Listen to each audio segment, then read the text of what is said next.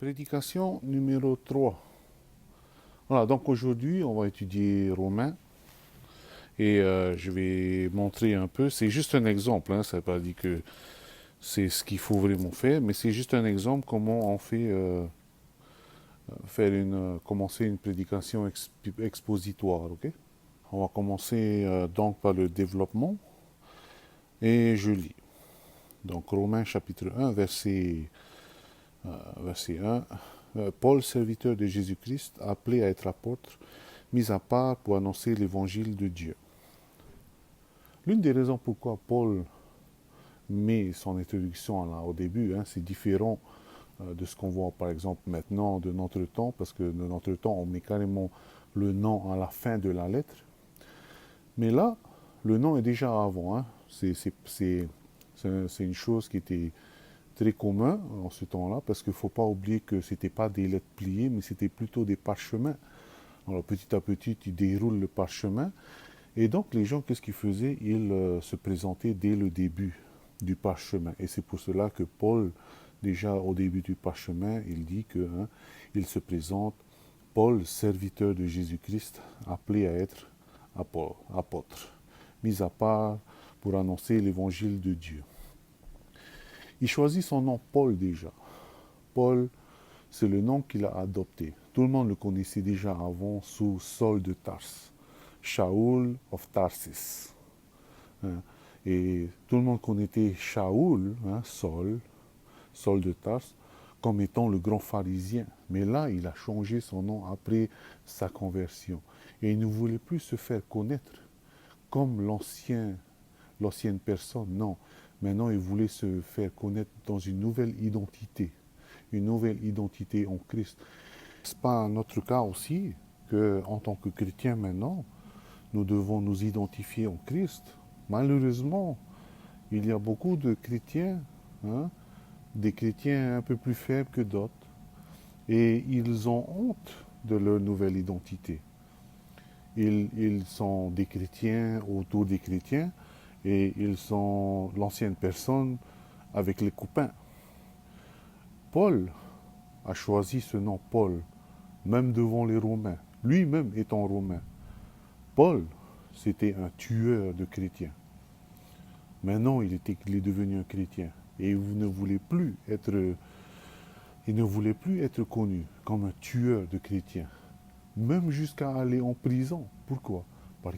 Parce qu'il connaissait la récompense à la fin. Comme je l'ai dit, c'est malheureux que beaucoup de chrétiens aient honte de cette nouvelle identité. Et la raison pour laquelle les gens ont peut-être honte de cette nouvelle identité, c'est qu'ils ne reconnaissent pas l'importance de cette nouvelle identité. Paul disait vraiment que pour lui, mourir, c'est rien. Hein? Pour mourir, c'est rien. Mourir pour Christ, parce qu'à la fin, il y a la vie éternelle. Donc, Paul se réfère à lui comme serviteur, comme je l'ai dit, le nom grec dans les Écritures originaux. Le nom est doulos, qui veut dire esclave, mais pas esclave vendu, mais esclave plutôt serviteur de choix. Il a choisi d'être un esclave. Il a choisi de servir son maître jusqu'à la fin de sa vie. Ça, c'est doulos. Et c'est le mot que Paul utilise, doulos. Il pouvait se référer comme, pour se faire respecter par tous les Romains, il pouvait se faire référer comme docteur de la loi, pharisien, aussi se faire reconnaître par les Juifs. Non, il utilise le mot doulos. Il utilise le mot serviteur de Dieu. Et ceci nous montre encore un grand changement dans le caractère de la conversion. Parce que Paul, qui était un homme assez haut, maintenant, de plus en plus, il commençait à s'humilier. Il voyait, plus il connaissait Jésus, plus il pouvait s'humilier, jusqu'au point même de se faire appeler esclave de Jésus-Christ. Nous-mêmes, en tant que chrétiens, il ne faut pas oublier que nous sommes esclaves de Jésus-Christ, parce que finalement, nous sommes toujours esclaves. Maintenant, il y a deux choses. On est esclave du péché ou on est esclave de Jésus. Il n'y a pas le choix. Il y a juste deux. Soit on est esclave du péché, et cela mène à la mort, ou soit on est esclave de Jésus-Christ, qui nous emmène à la vie éternelle. Paul a choisi d'être esclave de Jésus-Christ par choix. Et c'est la liberté, en fait, parce qu'on peut choisir. Celui qui n'a pas de choix, il n'est pas libre. Mais celui qui peut choisir, ça s'appelle la vraie liberté. Et nous-mêmes, tous les jours, en tant que chrétiens, nous sommes libres. Nous sommes libres de choisir Jésus-Christ, de suivre la parole de Dieu, ou nous sommes libres de ne pas suivre la parole de Dieu. Bien sûr, nous sommes des chrétiens maintenant, nous avons choisi comme notre roi, et il y a la grâce. Et c'est sûr que tous les jours, nous allons pécher. Tous les jours, nous allons pécher. Tous les jours, nous allons désobéir. Nous allons désobéir à la grâce de Dieu. Nous allons désobéir au commandement de Dieu. Voilà. Mais notre but maintenant en tant que chrétien est de volontairement suivre la parole de Dieu, suivre les désirs de Jésus.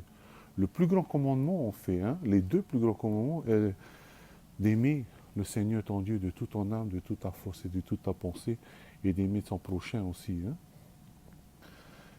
Et l'amour, le vrai amour n'est pas un amour forcé. Le vrai amour est un amour choisi, volontaire. Et c'est ce que Dieu veut. Est-ce que volontairement nous allons choisir de le suivre ou volontairement nous allons choisir de le désobéir? Paul, maintenant qui s'appelle esclave, il a choisi volontairement d'être le serviteur et l'esclave de Jésus.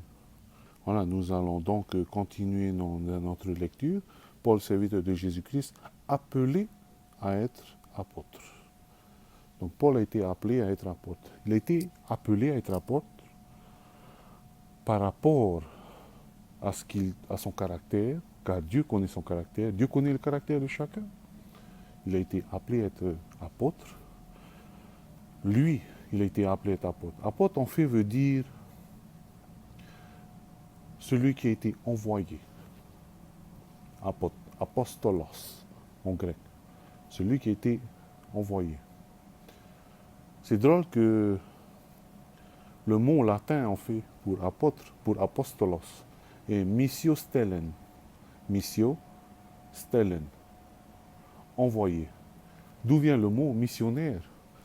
Donc, en fait, les vrais apôtres aujourd'hui ne sont pas les gens qui s'appellent apôtres, mais ce sont les missionnaires. Voilà, en ce temps-là, on les appelait apôtres. Voilà, cependant, voilà. Mais Paul a été appelé à être apôtre par rapport à sa compréhension, à ses études. Dieu connaissait exactement le caractère de Paul. Et Paul est appelé apôtre, celui qui a été envoyé, et il sera envoyé en fait chez les non-juifs pour prêcher l'évangile. Voilà. Le problème qu'on a maintenant aujourd'hui avec notre temps, c'est que beaucoup croient que le ministère est devenir pasteur. Non, pasteur, ce n'est qu'un appel. Chacun a son appel. L'appel de chacun est d'accepter l'appel de Jésus, d'accepter l'appel de Dieu. Si il y a d'autres qui ont été appelés à être... je connais par exemple une personne qui aime la parole de Dieu, mais il aimait aussi la médecine. Et il voulait toujours être pasteur. Et je crois qu'il a essayé de faire ça, il a essayé d'être pasteur, mais il n'y arrivait pas. Il ne savait pas vraiment prêcher, il ne savait pas, il était très timide. Voilà. Mais il est devenu docteur en fait. Il est devenu docteur, il est devenu professeur de sciences. Bien des années après, on comprend pourquoi il n'est pas devenu pasteur. Maintenant, c'est un des grands défendeurs de la foi en Jésus-Christ. En fait, maintenant, il fait beaucoup de séminaires pour convertir les athées qui ne croient pas en Dieu. Et il prouve Dieu en utilisant la science. Voilà, je prends juste cet exemple parce que lui, il avait un autre appel. Il avait un appel par rapport à ce qu'il étudiait, par rapport à son caractère, par rapport à son passé. Et Dieu envoie déjà dès son enfance, l'a commencé à forger pour qu'un jour il puisse défendre la foi chrétienne au milieu des athées. Voilà. Et c'est juste pour dire que chacun a son appel. La guitare, par exemple, son appel, c'est pas de devenir une flûte. La guitare, son appel, c'est d'avoir six fils et de bien jouer les notes. Hein? Chacun a son appel. Chacun dans un orchestre a son appel. Celui qui joue de la flûte ne peut pas jouer de la guitare. Celui qui joue de la guitare ne peut pas jouer de la trombone. Voilà. Mais le problème maintenant, c'est que tout le monde veut être pasteur pour entrer dans le ministère. C'est comme si dans l'orchestre, tout le monde veut jouer de la guitare. C'est pas un bel orchestre. Il faut beaucoup d'instruments pour que le chef d'orchestre, qui est Jésus, puisse produire de la bonne musique. En effet, le mot qui vient juste après est mis à part. Donc, Paul il a été appelé apôtre et mis à part. Voilà. Donc, chacun a été mis à part pour l'appel de Dieu. Chacun a été mis à part pour l'œuvre de Dieu. Et comment on fait répondre à l'œuvre de Dieu? Comment savoir notre appel? C'est simple. Hein? C'est juste de laisser Dieu diriger notre vie. Au lieu de toujours forcer les choses, au lieu de toujours vouloir, non. C'est toujours de connaître sa parole. Et petit à petit, un aspect de la vie, de votre vie, va commencer à se développer. Et vous serez de plus en plus à l'aise dedans, cet aspect de votre vie. Je donne un exemple, mon exemple par exemple. J'ai toujours aimé enseigner, éduquer les gens et enseigner le sport. Et je suis très méticuleux dessus en fait. Et cela m'a permis maintenant, pas d'être pasteur, pas d'être pasteur, mais d'être un enseignant. Parce que j'arrive à bien détailler les choses et expliquer en détail. Et c'est pour cela que petit à petit, Dieu, j'étais toujours dans la parole, et petit à petit, Dieu a développé cet aspect dans ma vie. Et bien plus tard, j'ai découvert mon appel. Voilà. Ce n'est pas tout de suite que j'ai connu mon appel. Et là, on peut voir que Paul dit même qu'il a été mis à part. Voilà. Il a été mis à part pourquoi? Pour annoncer l'évangile de Dieu. L'évangile, vraiment, qu'est-ce que c'est? Il a été mis à part pour annoncer l'évangile. L'évangile vient du mot grec, évangélion. Évangélion. Évangélion qui est traduit aussi par un bon message, une bonne nouvelle, qui vient en fait du mot hébreu. Le mot hébreu est Bessora. Bessora qui veut dire oui. Et en fait, c'est quand il y a plein d'exemples dans la Bible. On fait évangile, Bessora, évangélion, tout ça. En fait, c'est un sentiment, c'est une émotion. Quand tu dis oui, c'est ça, oui. Par exemple, quand on dit que les anges ont célébré, dans Job, on dit que les anges se sont réjouis quand Dieu a posé les fondations du corps. Oui, ils se sont réjouis. Ou sinon aussi, ce mot a été utilisé quand Israël était en exil à Babylone. Et ensuite, à la fin, on leur a dit, vas-y, vous êtes libres. Bonne nouvelle, bonne nouvelle. Vous êtes libres. Bessora. Bonne nouvelle. Et voilà, en fait, ça c'est la bonne nouvelle. Et quelle est notre bonne nouvelle à nous? Quelle est la bonne nouvelle que Dieu a emmenée? Ben, c'est simple. Nous devons mourir pour nos péchés. Parce que chacun d'entre nous doit payer le salaire. Le salaire du péché, c'est la mort. Je dois payer pour mes péchés. Chacun doit payer pour ses péchés. Mais maintenant, on n'est plus obligé de payer pour nos péchés. Parce que si on a mis notre foi en Dieu, en Jésus, lui, il a payé pour nos péchés, pour ceux qui ont cru en lui. Ça, c'est la bonne nouvelle. Je ne suis plus obligé de mourir, parce que ma foi en Dieu, ma foi en Jésus, maintenant, lui, il est mort et il a payé pour moi. Ça, c'est la bonne nouvelle. Ça, c'est le Bessora, c'est l'évangélion, c'est l'évangile. Cet évangile, comme le verset le dit, hein, l'évangile de Dieu qui avait été promis auparavant de la part de Dieu par ses prophètes dans les Saintes Écritures. Depuis des milliers d'années, cette bonne nouvelle a été annoncée. Déjà la chute de Adam et Ève, depuis que le péché est entré dans le monde, Jésus a dit, je vais emmener un sauveur. Je vais emmener un sauveur et c'est lui qui va ôter les péchés du monde. Voilà.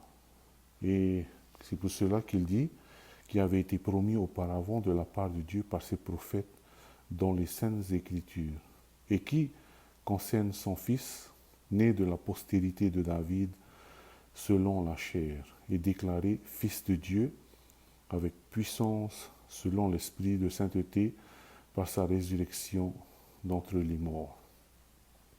Qu'est-ce que tout ça, ça veut dire? Né de la postérité de David. Né de la postérité de David. On peut voir déjà dans Matthieu chapitre 1 une généalogie. Cette généalogie, c'est la généalogie du père adoptif de Jésus. C'est la généalogie de Joseph. Dans Luc chapitre 3, on peut voir une autre généalogie aussi qui emmène à Jésus. Ça, c'est la généalogie de Marie. Donc on peut voir que dans les deux côtés, de son père adoptif ou de sa mère, on peut déjà voir que Jésus, il a du sang royal. Et il a le droit, il a tous les droits d'être roi en Israël. Hein? De la postérité selon la chair. Pourquoi selon la chair? Parce que le Messie devait arriver. Ce Messie est Dieu, c'est un homme parfait. L'homme parfait, c'est juste Dieu. Qu'est-ce qui est parfait? Il n'y a que Dieu qui est parfait. Mais nous devons mourir.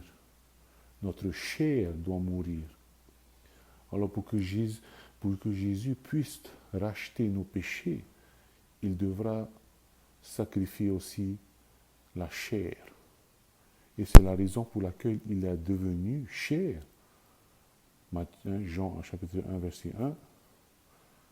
La parole est Dieu. Verset 14. La parole est devenue chair. Parce que nous, en tant que créatures de Dieu, nous devons payer pour notre transgression contre notre Créateur. Et nous devons mourir, nous devons retourner aux poussières. Et donc notre chair doit mourir pour cette trahison. Mais maintenant, Jésus, il est venu, il est devenu chair, il est né de la chair, selon la chair, et il est mort pour nous. Voilà. Et déclaré fils de Dieu avec puissance, selon l'esprit de sainteté par sa résurrection. Et comme on dit, après la résurrection, nous aurons un corps incorruptible, juste comme Jésus. Jésus, il est mort, la chair est morte. Mais le truc, la plus grande nouvelle, c'est pas qu'il est mort pour nos péchés, c'est qu'il est ressorti. Et c'est ça, et c'est là notre espérance, qu'un jour aussi, même si on meurt aujourd'hui, même si on meurt demain ou dans 10 ans, enfin je crois que Jésus va venir avant, où nous serons enlevés, mais que même si la mort nous frappe avant son retour, nous allons ressusciter, car notre foi en Jésus nous permettra de ressusciter comme Jésus l'a fait. Voilà, ça c'est juste le verset 1.